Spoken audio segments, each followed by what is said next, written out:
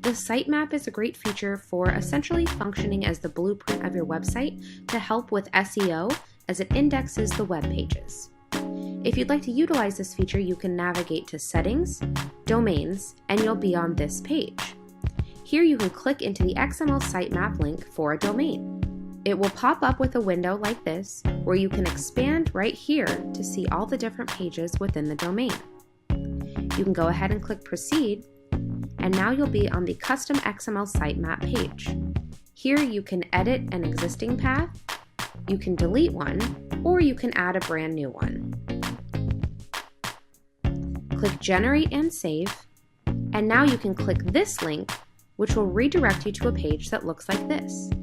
This is the code version of your new sitemap, so you can verify the information you just entered.